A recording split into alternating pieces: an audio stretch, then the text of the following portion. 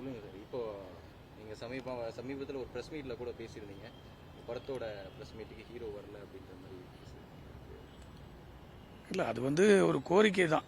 கோரிக்கையில் நம்ம தெளிவாக சொல்லியிருக்கோம். ஒரு படத்தில் நடிக்கக்கூடிய நடிகர்கள், அது என்னுடைய படம், எமக்கு தொழில் ரொமான்ஸாக இருந்தாலும் சரி, எந்த படங்களாக இருந்தாலும் சரி, தயாரிப்பாளர்களுக்கு கமிட் ஆகிற எந்த ஹீரோ ஹீரோயினி நடிகர்கள் வந்து அதுக்கு ஃபுல்லாக சப்போர்ட் பண்ணணுன்றது தான் மோட்டிவாக நான் பேசியிருந்தேன். வேறு எந்த நோக்கமும் கிடையாது.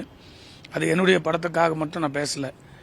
ஒரு தயாரிப்பாளர் கமிட் ஆனால் அந்த படத்தினுடைய மாபெரும் பொறுப்பு வந்து நடிகர்களை சேருது, அதுக்கப்புறம் இயக்குநர்களை சேருது.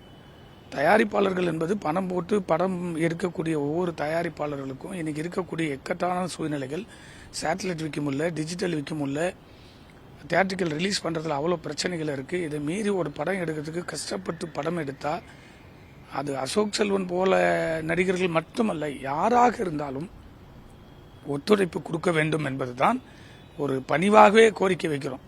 அது மீறும் போது தான் நிறைய படத்துங்களில் பார்க்கும்போது ஒவ்வொரு படத்துலையும் வந்து எந்த நடிகர்களுமே வரலன்னு சொல்லும்போது அது மன வேதனையாக இருக்குது, வருத்தமாக இருக்குது. அந்த வருத்தங்கள்லாம் இனிமேல் வரக்கூடிய காலகட்டத்தில் அதெல்லாம் வந்து நடிகர்கள் ஒற்றுமையாக போக்குவாகன்றது தான் என்னுடைய எண்ணமாக இருக்குது. சமீப காலமாகவே இந்த நடிகர்கள் வந்து தயாரிப்பாளர்களுக்கு ஒத்துழைப்பு வழங்கலை அப்படின்றது ஒரு தயாரிப்பாளருக்கு ஒரு பெரிய பிரச்சனையாகவே இருக்குது. சமீப காலமாக தானே இந்த பிரச்சனை இல்லை, இதுக்கு முன்னாடியும் இப்போ முன்னாடிலாம் ஒரு படங்கள்ல இருந்துலாம் பார்த்தீங்கன்னா எல்லா படங்களுமே ஒரு மோட்டிவேஷனாக எடுத்து நடிகர்கள் வருவாங்க. அந்த படத்துக்கு வந்து அவங்களே வந்து எல்லாரும் போடுவாங்க. இப்போ நிறைய ஹீரோகள் இருக்காங்க. உதாரணத்துக்கு இப்போ கூட பார்த்தீங்கன்னா வாஸ்கோடா காமான்னு ஒரு படம் ரிலீஸ் ஆக போகுது. அந்த படம் பார்த்தீங்கன்னா நகில் அவரே இறங்கி ப்ரொமோஷனுக்கு இறங்கி வேலை செய்கிறார். அதே போல் என்னுடைய படம் வந்து அகம்புரன்னு ஒரு படம். அந்த படத்துக்கெல்லாம் பார்த்தீங்கன்னா ஷாமெல்லாம் வந்து நைட்டும் பகலும் இல்லாமல் வந்து தொடர்ந்து அந்த படம் ரிலீஸ் பண்ணுறதுக்காக என்னோட தொடர்ந்து பயணித்து அந்த படம் வெளியே வரதுக்காக அவ்வளோ ப்ரெஸ் மீட்டுக்கெல்லாம் வந்து நிற்பார். அதுபோல் ஒரு படத்தினுடைய தயாரிப்பாளர்களுக்கு நடிகர்கள் வரும்போது தான் அந்த படம் பெரிய மோட்டிவேஷனாக இருக்கும். அது வந்து தொடர்பே கொள்ள முடியல, பார்க்கவே முடியலன்னும் போது தான் அது மன வருத்தத்தை உச்சத்துக்கு கொண்டு போகுது. என்னை போல சினிமாவிலே இருக்கக்கூடிய 25 ஆண்டுகளை கடக்கக்கூடிய தயாரிப்பாளர்களுக்கு, இயக்குநர்களுக்கு இந்த பிரச்சனை சொன்னால் புதுசாக வந்து படம் எடுக்கக்கூடிய ஒவ்வொரு தயாரிப்பாளருடைய நிலைமை கேள்விக்குறியாக இருக்குது. நிறைய தயாரிப்பாளர்கள் ஃபோன் பண்ணுறாங்க, சார் எந்த நடிகர்களே வரமாட்டேன்றாங்க. சின்ன ஆர்டிஸ்ட் பரவாயில்ல, ஏன்னா அவங்க வந்து டெய்லியும் வந்து பேமெண்ட் இருக்குது, படங்கள் ஷூட்டிங்கு போனாலும் அவங்களுடைய கஷ்டத்தை போக்க முடியும். ஒரு படத்தினுடைய ஹீரோவே வரலன்னும் போது தான் அது வந்து ரொம்ப வருத்தக்கூடிய விஷயமா இருக்குது. தயவு செஞ்சு இனி வரக்கூடிய காலகட்டத்தில் நடிகர்கள் யாராக இருந்தாலும், நீங்கள் உதாரணம் எடுத்துங்க, ஒரு சூப்பர் ஸ்டார் வந்து எல்லா படத்திலும் நிற்கிறாரு, அதான் நான் உதாரணமாக சொல்லியிருந்தேன். கமல் சார் நிற்கிறாரு, தனுஷ் நிற்கிறாரு, இப்படி நிறைய நடிகர்கள் வரும்போது மிடில் இருக்கக்கூடிய நடிகர்கள் வந்து தயவு செஞ்சு கலந்துக்கணுன்றது தான் நான் வந்து ஒரு அன்பான கட்டளையாகவே சொல்கிறேன். நன்றி, வணக்கம். நடிகர் சங்கம் வந்து சொன்னாங்க, தனுஷ் மேலே எங்கள்கிட்ட இது வரைக்கும் எந்த ஒரு புகாருமே ப்ரொடியூசர் கவுன்சிலேருந்து வச்சதே கிடையாது. அப்படி இருக்க பட்சத்தில் எங்கள்கிட்ட ஒரு ஆலோசனை கேட்காம எப்படி அவங்க தன்னிச்சையே செயல்பட முடியும்? எங்களோட கண்டனங்களை தெரிவிக்கும். இல்லை, அதுக்கு வந்து நேற்று தந்தியில் வந்து எங்களுடைய சங்கத்தினுடைய செயலாளர் மிக தெளிவாக அதுக்கு பதில் சொல்லியிருக்காரு.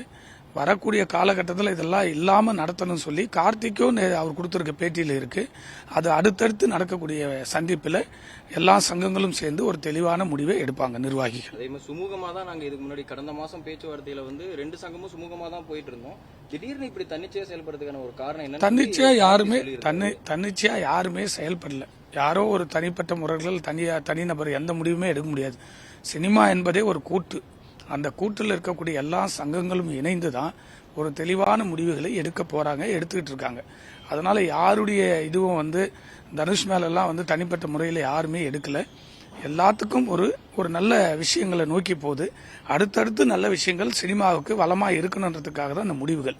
அது இருக்கிற சங்கங்கள் இருக்கக்கூடிய நிர்வாகிகள் அதற்கான தெளிவான பதிலை சொல்லுவாங்க. அதே மாதிரி விஷால் தனுஷை தொடர்ந்து சிம்பு மேலே அந்த கொரோனா குமார் வேல்ஸ் பிலிம்ஸ் அந்த ஒரு பிரச்சனையும், கமல்ஹாசன் மேல திருப்பதி பிரதர்ஸ் அந்த உத்தம வில்ல நஷ்டம், அதுவும் அந்த பிரச்சனையும் இருக்கு. தொடர்ந்து அவங்களுக்கும் இந்த அறிக்கை வருமா, எதிர்பார்க்கலாமா ப்ரொடியூசர் கவுன்சில் இருந்து? இல்ல, அது எல்லாமே சங்கத்தில் இருக்கக்கூடிய, அதை நான் ஒரே வார்த்தை சொன்னேன். தயாரிப்பாளர் சங்கத்துடைய தலைவர் இருக்காங்க, நிர்வாகிகள் இருக்காங்க, அதில் செயற்குழுலாம் இருக்காங்க. அவங்கெல்லாம் முடிவு எடுத்து அது வந்து பொதுவான விஷயத்தை எப்பவுமே சங்கத்தில் தான் வெளியிடுவாங்க.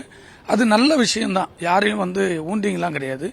சினிமா ஒற்றுமைக்காகவும் எல்லா தயாரிப்பாளர்கள் பாதிப்படையக்கூடாது. ஒவ்வொரு தயாரிப்பாளர்களும் பாதிப்பு இனிமேல் நடக்கக்கூடாது என்பதற்காக தான் நல்ல முடிவுகள் சங்கத்தின் வாயிலாக எடுக்கப்பட்டிருக்கு. இரு சங்கங்களும் இணைந்து இந்த பேச்சுவார்த்தை ஏதாவது நடத்துங்களா? இந்த தீர்வு இந்த விஷயத்துக்கு அது எல்லாமே இருக்கு, எல்லாம் ஒற்றுமை தானே. சினிமா தான் சொல்லிட்டேன், எல்லா சங்கங்களும் சேர்ந்து தான் முடிவு எடுக்க முடியும். தனிப்பட்ட முடிவுகள் யாரும் எடுக்க மாட்டாங்க. அப்படி எடுக்கக்கூடிய முடிவுகள் நல்லதை நோக்கி மட்டும்தான் இருக்கும்.